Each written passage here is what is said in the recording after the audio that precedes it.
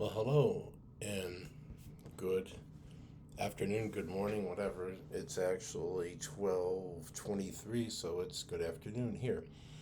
As I said prior, I'm going to try to do some little bit more detailed videos, and I'm working on building some Kobe stuff, but I still want to put more information. I'm doing 4 videos, not in any specific order, on Viet Nam. The first video is going to be basically on infantry, and that's this one. I have another one on light weapons in the air and in the field, and then armor versus armor, and then air power. The armor versus armor and the air power will come later. The armor versus armor might come sooner, but I don't have the F-104 Starfighter from Kobe yet. They pushed it back to next month, so that video won't be here. And if I had my 118 scale Starfighters, I had two, which I sold, which I shouldn't have done. I could have done this, but that one will have to wait. So here we go, video number 1. Basically, infantry and what they used as far as this. They had a armored personnel carrier, but as far as like just a basic transportation thing, they used a Jeep that was called the Ford M151 MUT, Mobile Utility, blah, blah, blah vehicle. I'm going to give you some good looks at this. This is another 21st Century Toys vehicle. It is 118 scale. Let me give you a look at the engine. It has in it, I can get this good note, you can see it right there, a 2.3 liter Ford 4-cylinder engine capable of 71 horsepower, and I believe it had 128 foot-pound torque. Yes, 2.3 liter for you Ford fans. Came out in 68. This same 2.3 liter in a twin cam all aluminum version with 2 turbochargers that sits in the Mustang EcoBoost. This is its ancestral engine, as it is a 302 V8, commonly known now as a 5 liter, which came out in 67. So just a little bit of history there for all of your Ford fans. The 2.3 liter and 5 liter had their beginnings during the time of the Vietnam War. Going back to this vehicle, it was capable of good cross-country riding, much more modern from the Jeep. A little bit bigger than the Jeep, can carry a little bit more. It had an M60 machine gun mounted on the top. Let me open it up so you can see it there a little bit better. Parts that are falling off. And this was the main vehicle that they used to go and do their little riding, reconnaissance work in, which brings us down to soldiers in Vietnam. We're going to go with a company. A company is 192 soldiers, and it goes like this. You have a company of 192 soldiers led by one captain. Underneath that company, you have 4 platoons, and in each platoon, you have 48 soldiers each. Each platoon is led by a lieutenant, which has a sergeant and a corporal underneath him. Now, you go to squads, and each platoon has 4 squads. So 12, 12, 12, 12. Each squad had a sergeant. Each squad, I believe, had a corporal. And this is how all the troops were put in. The number of the actual company could be slightly larger. I did this so for numerical purposes so I could explain. This would be a special force kind of soldier in Vietnam. This is an airborne soldier. If you see the patch on his arm, that is the 101st Airborne, the Screaming Eagles in World War II.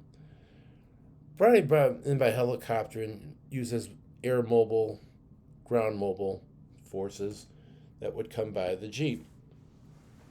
With him, I apologize because his helmet came off again. You have support staff, which would be this guy here. He'd be the driver. He is equipped with an M16A1, an old one, which has a 15-round magazine, not the 30-round that they make a big deal about today and that the soldiers use today in their M4 and other derivatives, but this is just a basic M16 with a pretty bad receiver that wasn't chrome lined. This would be a support staff that you would see driving a Jeep. You would see him in the field, dressed kind of like this, vest, maybe might be bulletproof on there, I don't know. dress for the humidity and the heat. And if you look on the helmet, on the top there you would have bug spray. VDT, probably in liquid form, not good, that they were putting on themselves. Now these are specialty troops. What I'm going to show you next, these are basic grunts, infantry. These are a little bit more improved. These are also 21st century toy figures. He has an M16A1 that's an improved version. It probably has a chrome line barrels, a standard 30-round magazine. And if you look on the back, the soldier is equipped with magazine packets. I think 1, 2, 3. Oh, God. She carried about 5 of them, I think, 30 rounds in each. I didn't go down to get that specific. I just wanted to get the numbers and basically give you a look-see what the soldiers look like. So you would see these guys, and these are later 21st century toys from the last. This guy, I believe, is a sergeant, and he would be in charge of one of the little what you may call it, squads that are under the platoon. So platoon would have 4 squads of 12 each. They'd be spread out with a squad leader, which would probably be a corporal or possibly a sergeant, would lead his 12 men. So you could have, like, say, one platoon split into the 4 squads. They say squad A, B, C, D. They could be spread around a defensive perimeter, guarantee you have enough coverage people-wise to protect you when you were fighting the North Vietnamese. I'll give you a little bit better view of this. So this is basically if somebody that got drafted, 19-year-old or whatever, would go to Vietnam, he would be dressed like this. This would be circa 1968, 69. As far as numbers, U.S. soldiers in Vietnam started to come in mass in 1965, starting with 3,500 Marines that landed at Da Nang. Later in the year 1965, there were 175,000 troops in Vietnam, most of them these guys, which would be Army. You were drafted into the Army, you joined the Marine Corps. I don't know if it did much. The Marines are better at protecting their soldiers, I think, than the Army was. I mean, it was a volunteer force. These are conscripts. Conscripts don't fight good because they don't want to be there. Now, had I been older than 5 to 7 years old when Vietnam was going on and I had a better understanding, I might have joined. I don't know if I would join the Army, I'd join the Marine Corps, I guess. And these guys here, basically, basic training, and off to Vietnam. They went. Around 1968, which is about the time this type of a uniform came out, there were over 500,000 soldiers. I think 540,000 soldiers in Vietnam, which would be there up until they started winding them down when Richard Nixon became president. And then March 29, 1973, the last U.S. soldiers left Vietnam. Last combat, active combat. They're still advisors and there's still planes in Thailand. But the brunt of everything, 1965 through 68, till Richard Nixon became president, this is what you would see doing the bulk of the fighting, these 2 guys right here. Now, this uniform is a lot different from what you saw in World War II. World War II, they had leggings and crazy-looking cotton pants. This is more baggy, more breathable because they were using it in the jungle. Compare that to now, 2025, what a soldier would look like. More tight-fitting clothes, kind of like spandex kind of stuff. Give them a little bit more ability to be, I don't know, more maneuverable or such. Look better, I guess. This particular soldier has a H&K G36 rifle. Not a popular Western military rifle. An attempt by the Germans to make a highly plastic. But this is what a modern soldier looks like versus a soldier from 1968. You can see the difference. It's an old World War II steel pot helmet on him. This is a Kevlar helmet. He's got an M16, which basically is not really used anymore. And he's got a G36. But this is just for sake of comparison. We'll do with this. What was Vietnam? What were they doing? Were they protecting the rubber plantations, the rubber sources? No. Vietnam is a product of the domino theory. If a country turns communist, the country next is going to turn communist, which is going to turn that one communist. It looks in communism as kind of a religious, monolithic kind of a thing. It doesn't take into consideration nationalism in smaller countries and or the ability to project themselves through whatever society they are versus the communism as a monotheistic force of sorts. These guys, like I said, they were drafted. And like I said, you didn't go to college in the 60s and you didn't have somebody that could help you, say, in kind of a trade or occupation that was important, you'd be going to Vietnam. And I mean, a lot of people didn't go because they had children. That's why my dad didn't go to Vietnam because I was born. Had I not been born and my brother not been born, he might have been in Vietnam too. Would he have survived? Probably. He's more of a rougher edge and very street smart, on his feet person. And stories that I hear from people that were in Vietnam, they did bad things there. Not because they wanted to, because they had to survive. It was a very different environment.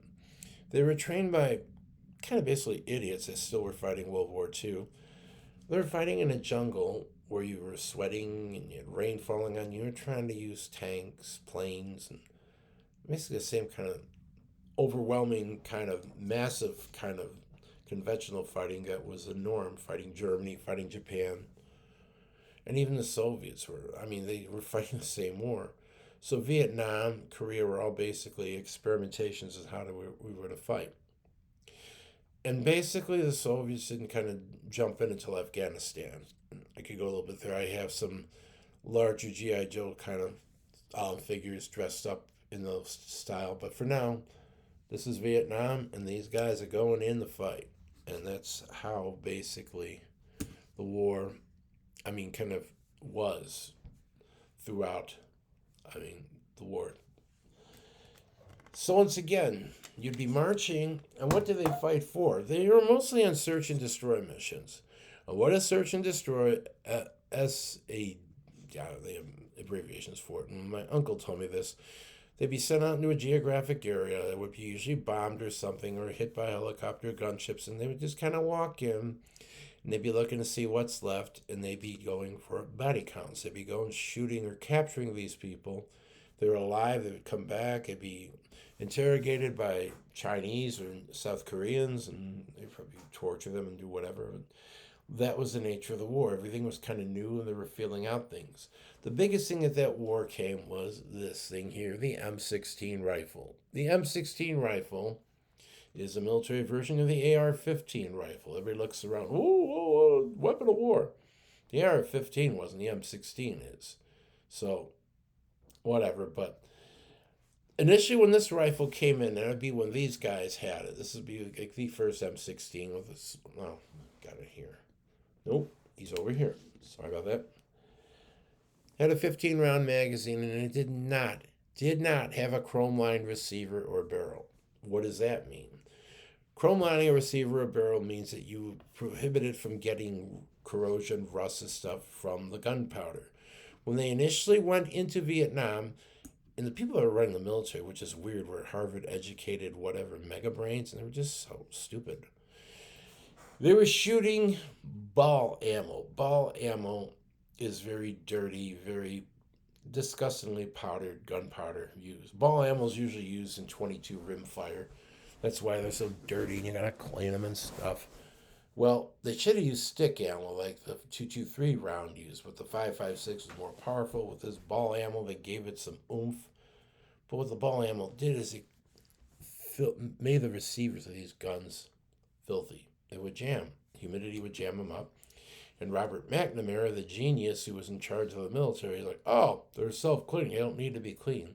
That's a big bunch of BS. Any mechanical thing, regardless of what it is, needs to be clean, lubricated, and made sure it's in proper running order, whether it be a firearm, a tool, a car, anything. You have to keep machinery in good running order and tools. They had a problem with it initially. Well, they worked it out. They figured out they had to chrome line these and stuff, solve the issue of that. So what does that mean? Vietnam was a test bed for tactics and weapons. Helicopters were not used prior to Vietnam in the way they were used. And I am working on the Huey, which I will have a video of, and it's the Huey that brought in troops and had fire support. So you will enjoy that when I finish that. But for now, my main thing is to show you the guys that were on the ground, the guys that jumped in and out of those Hueys, and what they did. Their life is basically hunting bodies, soldiers, guerrillas, kind of like going on a hunt. Sometimes successful, sometimes not.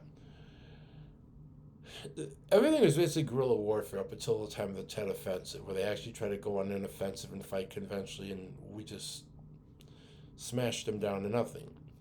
How did that mess up us in the war? Well, we did not have an idea as far as a plan for exiting Vietnam, and that would be, I would say, one of the biggest issues of all. It was the inability to have an exit strategy plan. These guys paid for it with their lives by fighting, and politically it brought down the Lyndon Johnson administration, who was basically the perpetrator pushing into Vietnam. John F. Kennedy didn't want to do that, but Lyndon Johnson's beholden to special interests and deep state actors, and thought he controlled them. So we're going to send the boys down there, and the boys got killed. 56,000 of them, actually, if you want to look at. So in a nutshell, you had these guys in their companies of 192 soldiers broke down into platoons and squads, walking all across countryside, trying to make sure there were no communist guerrillas and no chances at a regular war. And when they did fight conventionally, we did really well, annihilating them. But for whatever reason, politics got involved. The inability to let these soldiers fight is what a soldier's supposed to do. You made them more kind of like bouncers with guns at a bar, and basically a lot of them got killed needlessly because of policy. So that's basically what you have here. I'm going to give you a couple good more close-ups, and I'm going to end this because I don't want to go into just me boring people. Common Grunt, and when the war started, your special troops. And like I said, these guys are 101st Airborne. Let me if I can get close so we can see on his arm. There you go. Screaming Eagles, 101st Airborne Division. Like I said, they weren't paratrooping out of planes like they did in World War II. Helicopters were dropping him in, trucks were taking him in, whatever. But it was just fast moving through the bush and jungle to go ahead and take our enemies out.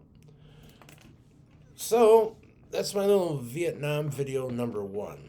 It might be kind of edgy and kind of not kind of disjointed, but I just wanted you to see these. These are all 21st century toy soldiers. None of them are made anymore. These are my personal collection that I held, and decided to bring these out to use for this video. These were used till 1986, I believe. For anybody who wants to know a little bit more about them, and they basically gave them away as surplus. I knew somebody tried to buy one of these, and they're okay. I mean, they're a military vehicle. They ride pretty poorly, but I guess if you're out, like in a country somewhere, you had a place that was far away, this wouldn't be a bad vehicle.